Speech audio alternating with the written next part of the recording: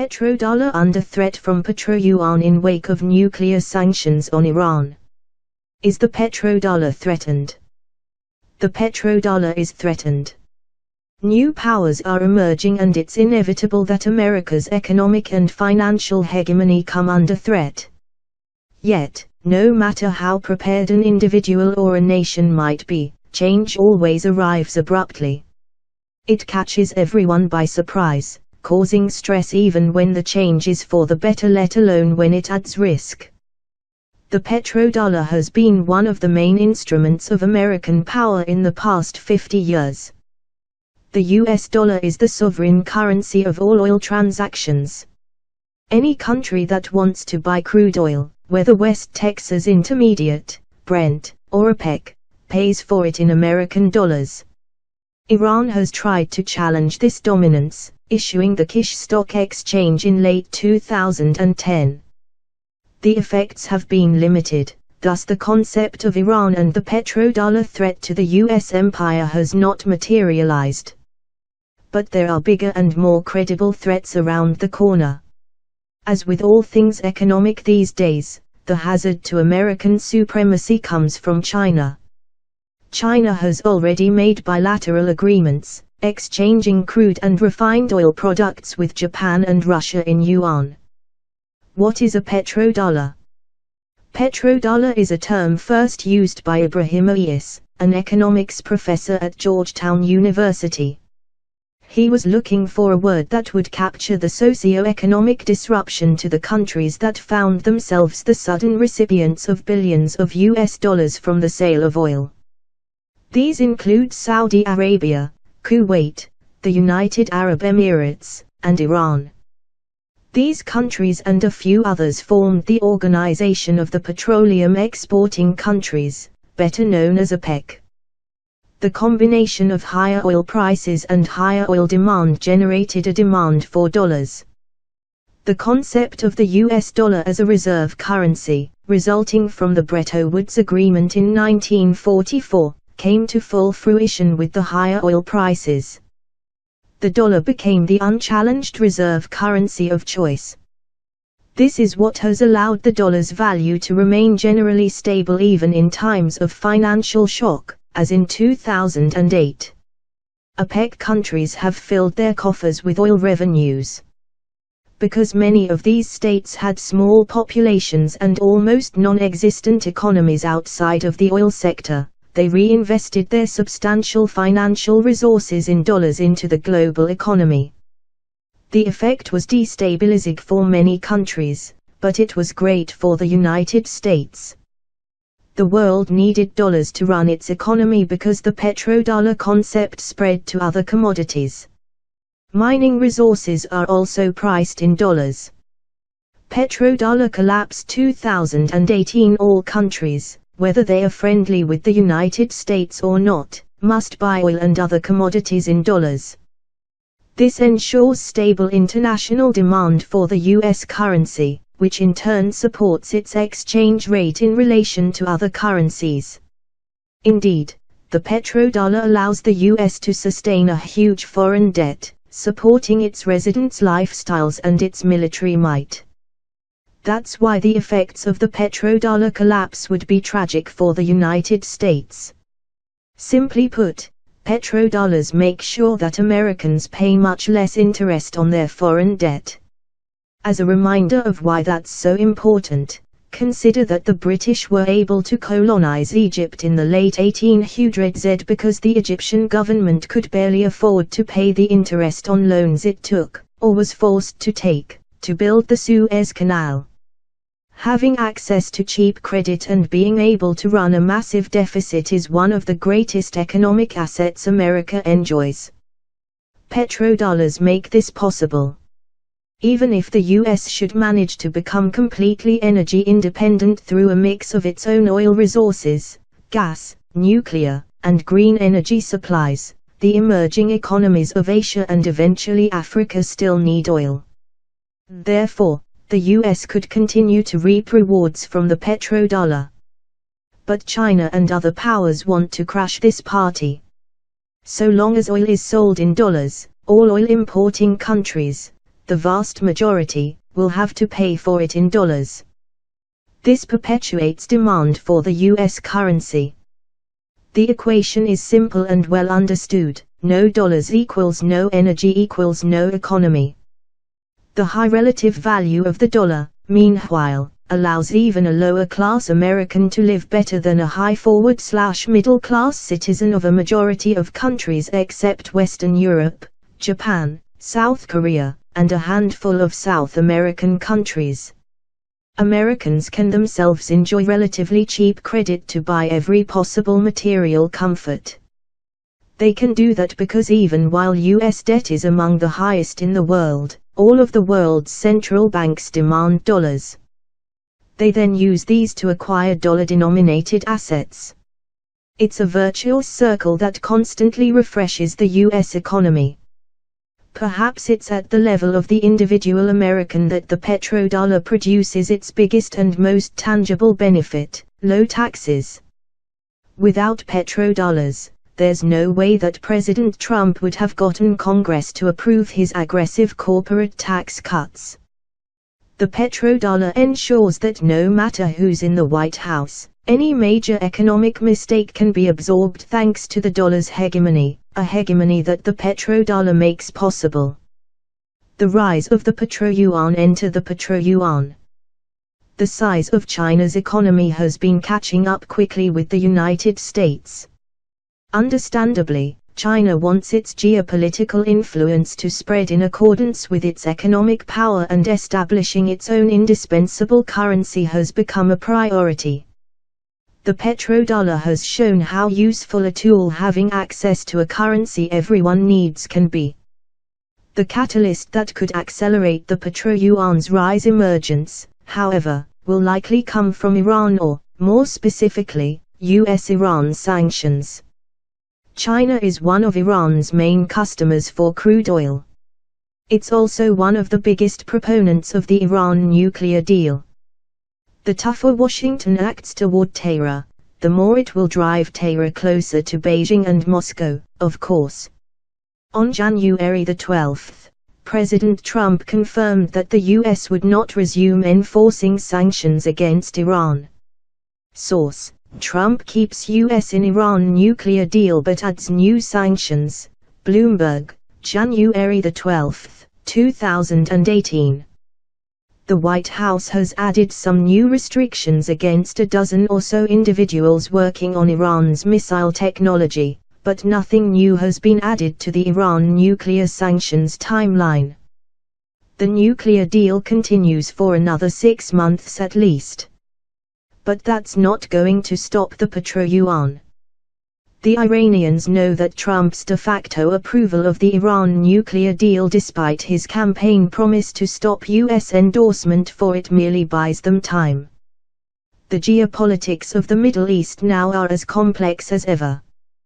Conditions are such that a single miscalculation could lead to a disastrous war. Iran cannot challenge the United States militarily. Whatever the Iranian leaders are, they've proven to act strategically. After all, chess was a game perfected in ancient Persia.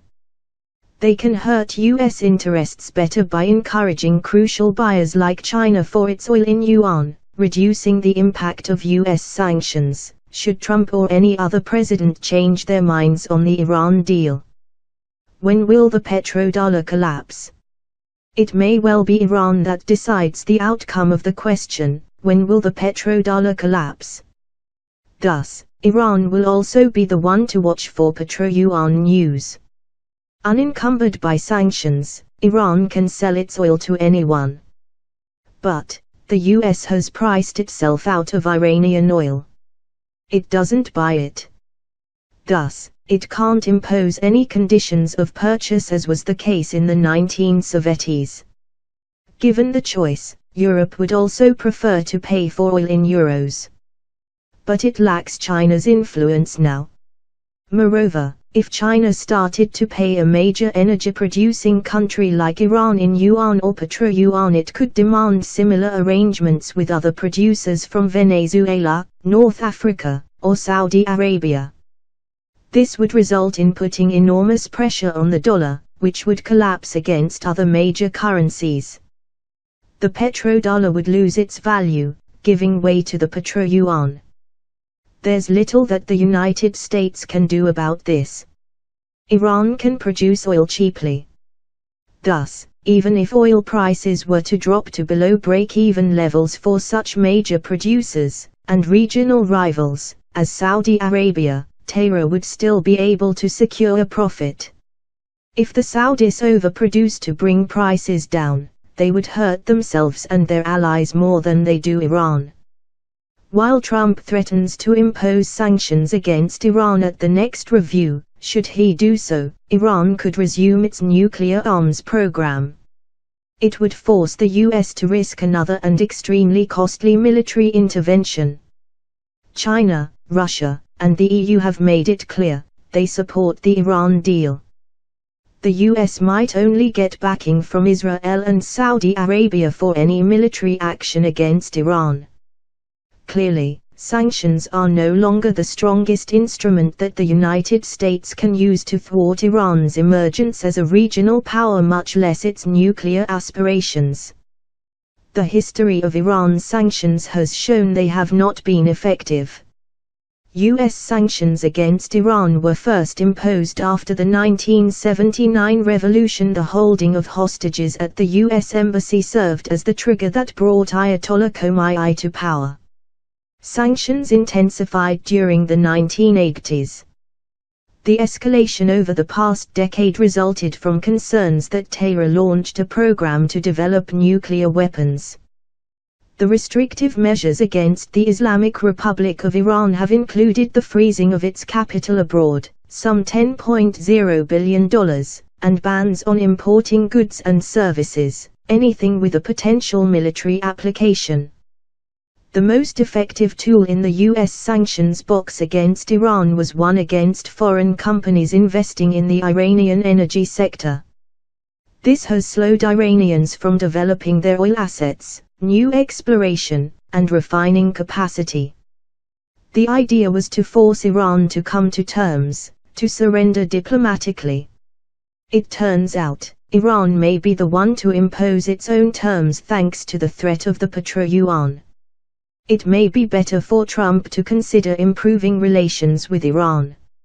Such a policy has a better chance to perpetuate the influence of the petrodollar. Hostility, on the other hand, will accelerate its demise. The petrodollar is dead, long live the petro-yuan. China's launching a covert currency war and the markets need to be very worried. As the trade war steadily evolves into a currency war, I want to make sure readers know what all this means. And why China will continue devaluing their currency whether they admit it or not. First off, a currency war is when countries try to steal growth from each other by manipulating their currencies so that they get an unfair trade advantage. The theory is if a country devalues their own currency generally by lowering interest rates and printing money, then their domestic goods become cheaper for other countries to import. Or otherwise said, boost their exports.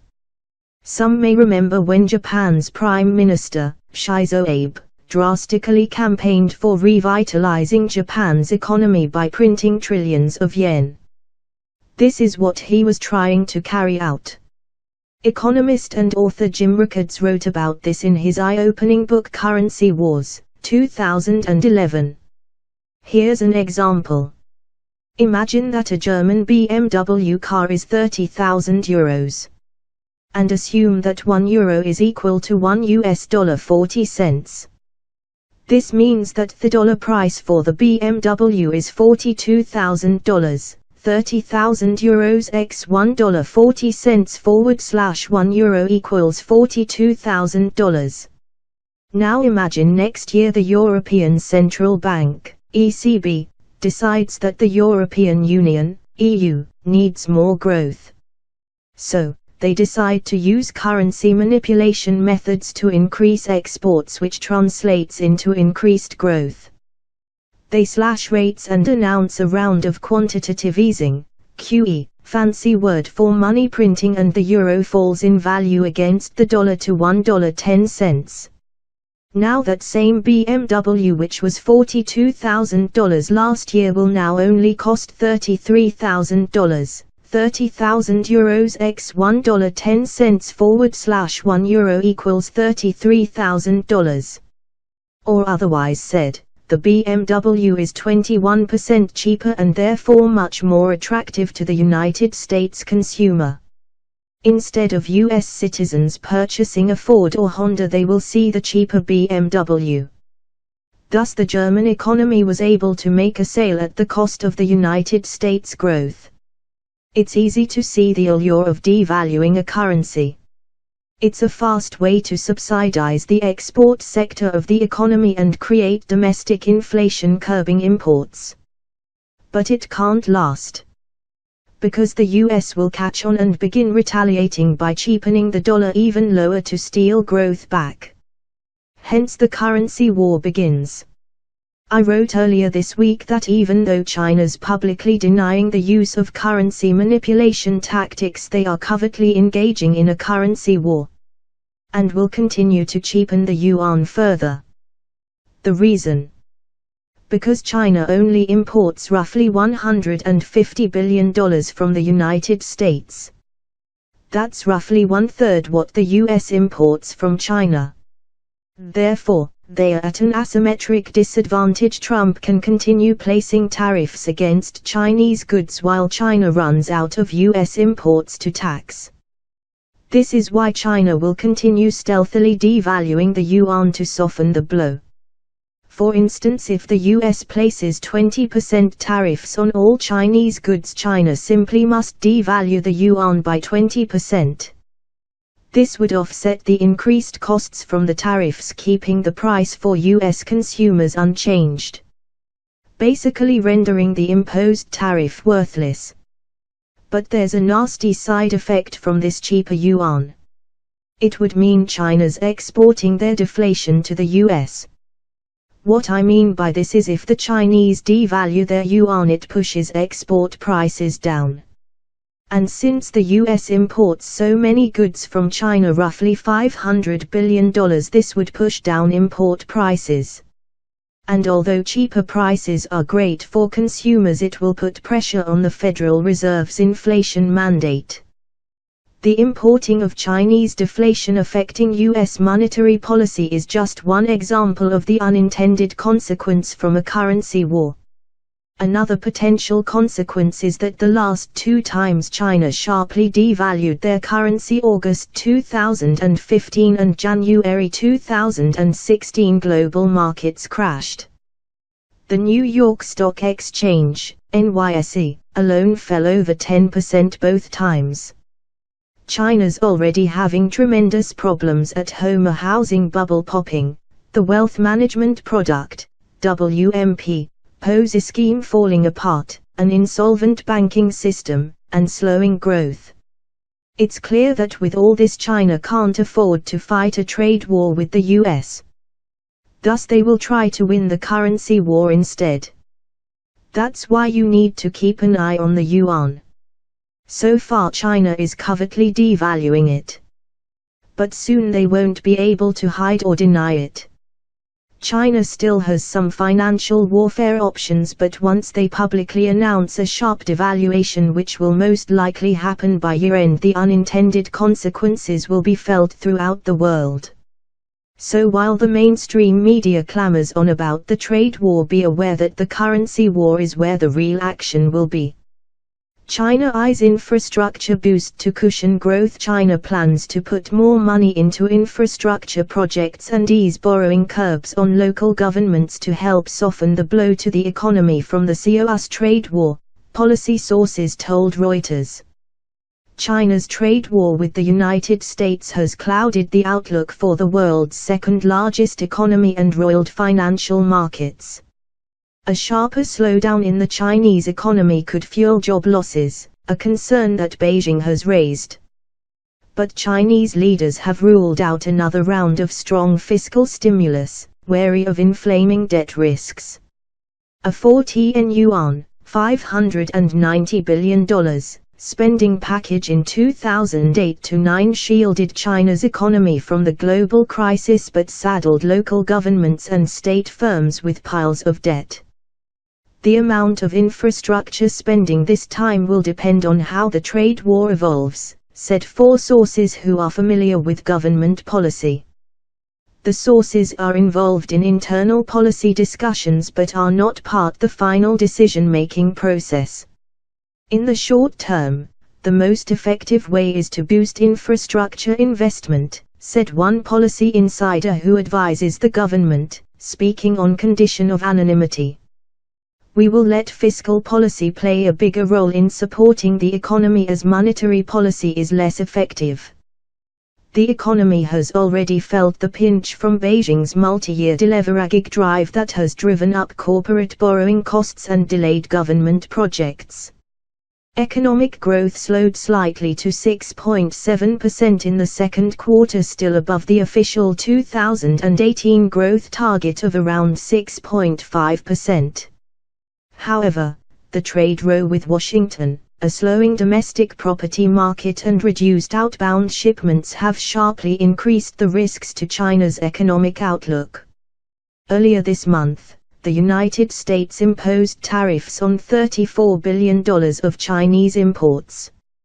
China promptly levied taxes on the same value of U.S. products, leading U.S. President Donald Trump to threaten to tariffs on all $500 billion of goods imported from China. China's infrastructure investment growth tumbled to 7.3% in the first half from 21.1% a year earlier, dragging fixed asset investment growth to a record low due to stricter checks on investment projects to curb debt risks.